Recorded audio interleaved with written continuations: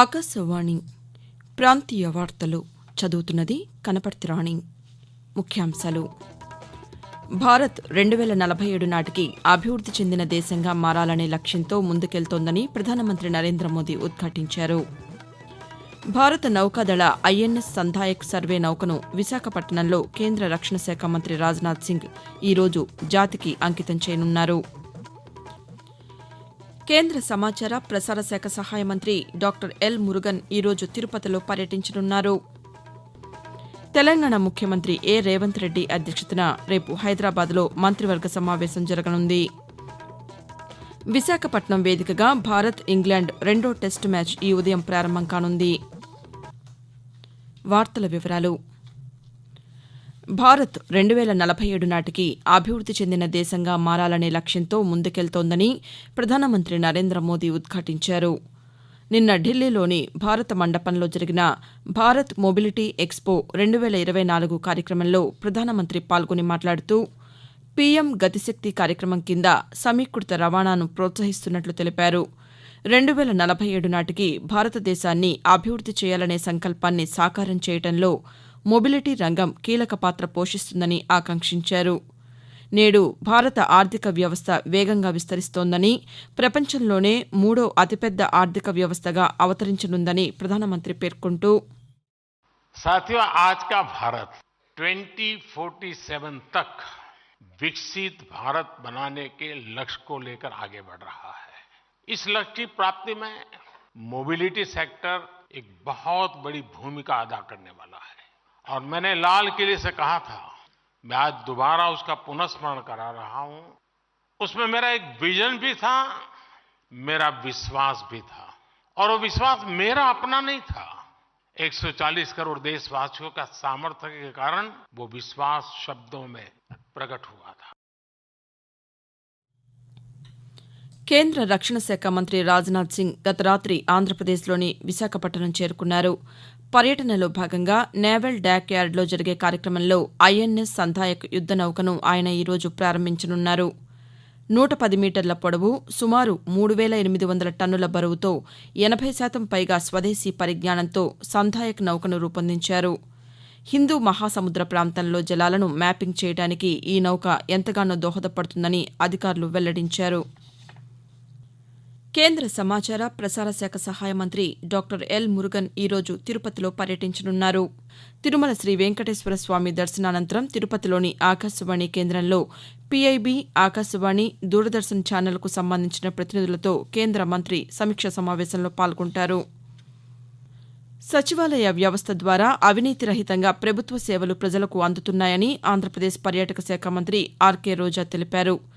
చిత్తూరు జిల్లాలోని పుత్తూరు రూరల్ మండలం వేపగుంట గ్రామంలో నిర్మించిన సచివాలయ భవనాన్ని మంత్రి నిన్న ప్రారంభించారు. ఈ సందర్భంగా ఆమె మాట్లాడుతూ నేడు వాలంటీర్ల ద్వారా ప్రతి సంక్షేమ పథకం ఇంటి వద్దకే చేరుతోందని అన్నారు. కోవిడ్ సమయంలో దేశంలో ఎక్కడా లేని విధంగా సహాయ చర్యలను సచివాలయ సిబ్బంది ద్వారా అందించినట్లు వెల్లడించారు. గాంధీజీ ఆశయాలకు అనుగుణంగా రాష్ట్ర ప్రభుత్వం సచివాలయాలతో గ్రామ స్వరాజ్యం ఆవిష్కరిస్తోందని మంత్రి తెలియజేశారు. సార్వత్రిక ఎన్నికల నేపథ్యంలో పారదర్శకంగా ఓటర్ల జాబితా తయారీపై దృష్టి సారించాలని ఆంధ్రప్రదేశ్ ఎన్నికల ప్రధానాధికారి ముఖేష్ కుమార్ మీనా అధికారులను ఆదేశించారు. గుంటూరు జిల్లా వెలగపూడి సచివాలయంలో యువకులను ఓటర్లుగా నమోదు చేసే కార్యక్రమం, పోలింగ్ స్టేషన్ల ఏర్పాటు, కనీస వసతుల కల్పన వంటి అంశాలపై నిన్న దృశ్య మాధ్యమం ద్వారా అధికారులతో సమీక్ష నిర్వహించారు. ఈ సమావేశంలో సరైన ఓటర్ల జాబితా రూపకల్పనలో జిల్లా ఎన్నికల అధికారులు తీసుకుంటున్న చర్యలపై అడిగి తెలుసుకున్నారు. ఓటర్ల నమోదు, మార్పులు, చేర్పులకు సంబంధించిన దరఖాస్తుల పరిష్కారం సత్వరమే చేపట్టాలని సూచించారు. ప్రాంతాల వారీగా పోలింగ్ స్టేషన్లలో మ్యాపింగ్, అక్రమ నగదు స్వాధీనం, వివిధ వర్గాల నుంచి వచ్చే ఫిర్యాదుల పరిష్కారంపై చర్యలు తీసుకోవాలని అధికారులకు సూచించారు. ఆంధ్రప్రదేశ్లో అసెంబ్లీ ఎన్నికల నేపథ్యంలో పలు అసెంబ్లీ స్థానాలకు, పార్లమెంటు నియోజకవర్గాలకు ఇన్ఛార్జీలను వైఎస్సార్ కాంగ్రెస్ పార్టీ ప్రకటిస్తోంది. ఇప్పటికే 5 జాబితాలను ప్రకటించగా తాజాగా 6వ జాబితాను విడుదల చేసింది. 4 ఎంపీ స్థానాలు, 6 అసెంబ్లీ ఇన్ఛార్జీలతో మంత్రి మేరుగ నాగార్జున, సజ్జల రామకృష్ణారెడ్డి జాబితాను విడుదల చేశారు. ఆకాశవాణి ప్రాంతీయ వార్తలు వింటున్నారు. తెలంగాణ ముఖ్యమంత్రి రేవంత్ రెడ్డి అధ్యక్షతన రేపు హైదరాబాద్లో మంత్రివర్గ సమావేశం జరగనుంది. ఎన్నికల సందర్భంగా కాంగ్రెస్ పార్టీ ప్రకటించిన 6 హామీల్లో ఇప్పటికే 2 అమలు చేయగా మరో 2 అమలుపై ఈ మంత్రివర్గ సమావేశంలో చర్చించనున్నారు. రాష్ట్ర అసెంబ్లీ బడ్జెట్ సమావేశాల నిర్వహణపైన కూడా మంత్రివర్గం చర్చించనుంది. కేంద్ర ప్రభుత్వం ఇటీవల ఓటాన్ అకౌంట్ బడ్జెట్ను ప్రవేశపెట్టడంతో రాష్ట్రంలోనూ ఇదే తరహా బడ్జెట్ను ప్రవేశపెట్టే అవకాశాలు ఉన్నట్లు తెలుస్తోంది. ఈ నెల 16వ తేదీన జగనన్న చేయూత పథకం 4వ విడత నిధులను ముఖ్యమంత్రి వైఎస్ జగన్మోహన్ రెడ్డి లబ్దిదారుల ఖాతాల్లో జమ చేస్తారని ఆంధ్రప్రదేశ్ వ్యవసాయ శాఖ మంత్రి కాకాని గోవర్ధన్ రెడ్డి తెలిపారు. శ్రీ పొట్టి శ్రీరాములు నెల్లూరు జిల్లా ముత్తుకూరులో పలు అభివృద్ది పనులను మంత్రి ప్రారంభించి 41 మంది లబ్దిదారులకు ఇంటి పట్టాలు అందజేశారు. ఈ సందర్భంగా జరిగిన సభలో మంత్రి మాట్లాడుతూ సచివాలయాలు, వాలంటీర్ల వ్యవస్థను ఏర్పాటు చేసి పాలనను ప్రజల ఇంటి వద్దకే తీసుకువచ్చామని అన్నారు. సచివాలయాల ద్వారా వాలంటీర్లే నేరుగా లబ్దిదారుల ఇంటింటికి వెళ్లి పింఛన్లు అందజేస్తున్నారని వెల్లడించారు. ముత్తుకూరు మండలంలో బియ్యం రేషన్ కార్డులు కలిగిన 16,231 కుటుంబాలకు నాన్ ఫిషర్మెన్ ప్యాకేజీ పంపిణీ చేశామని, మిగిలిన వారికి కూడా ఇదే ప్యాకేజీ పంపిణీ చేస్తామని మంత్రి వెల్లడించారు. తెలంగాణలోని పాఠశాలల్లో మౌలిక సదుపాయాలను కల్పించేలా చర్యలు తీసుకుంటున్నామని బీసీ సంక్షేమ శాఖ మంత్రి పి. ప్రభాకర్ గౌడ్ తెలిపారు.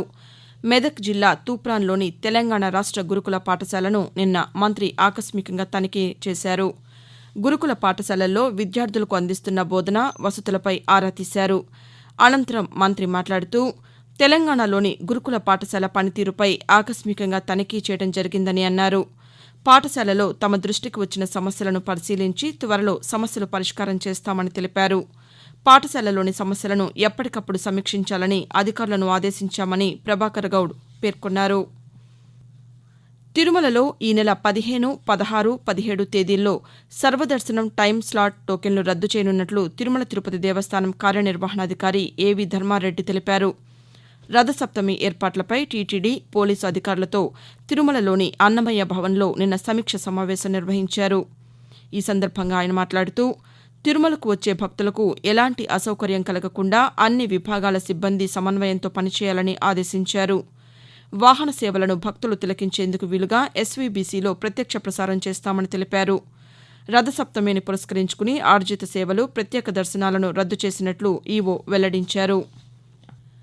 సైబర్ నేరాలు కట్టడి చేసేందుకు ప్రయత్నిస్తున్నామని, ఈ నేరాలపై అవగాహన ముఖ్యమని Telangana police director general Ravi Gupta అన్నారు.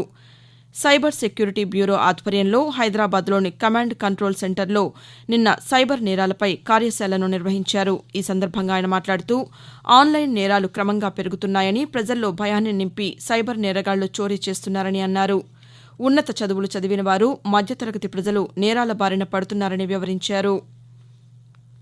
విశాఖపట్నం వేదికగా ఇంగ్లాండ్ జట్టుతో భారత క్రికెట్ జట్టు ఈరోజు 2వ టెస్టు మ్యాచ్లో తలపడనుంది. ఈ ఉదయం 9:30 మ్యాచ్ ప్రారంభం కానుంది. నిన్న తొలి రోజు ఆట ముగిసే సమయానికి భారత్ 93 ఓవర్లలో 6 వికెట్ల నష్టానికి 336 పరుగులు చేసింది. కాగా హైదరాబాద్లోని రాజీవ్ గాంధీ అంతర్జాతీయ స్టేడియంలో జరిగిన తొలి మ్యాచ్లో ఆతిథ్య భారత్ను 28 పరుగుల తేడాతో ఓడించిన ఇంగ్లాండ్ 5 మ్యాచ్ల సిరీస్లో 1-0 ఆధిక్యంలో నిలిచింది.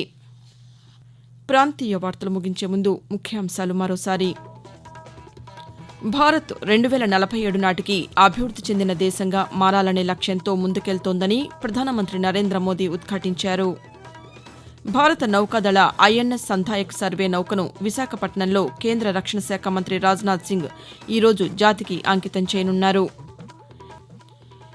కేంద్ర సమాచార ప్రసార శాఖ సహాయ మంత్రి డాక్టర్ ఎల్ మురుగన్ ఈరోజు తిరుపతిలో పర్యటించనున్నారు. తెలంగాణ ముఖ్యమంత్రి రేవంత్ రెడ్డి అధ్యక్షతన రేపు హైదరాబాద్లో మంత్రివర్గ సమావేశం జరగనుంది. విశాఖపట్నం వేదికగా భారత్, ఇంగ్లాండ్ 2వ టెస్టు మ్యాచ్ ఈ ఉదయం ప్రారంభం కానుంది. ఆకాశవాణి ప్రాంతీయ వార్తలు ఇంతటితో సమాప్తం.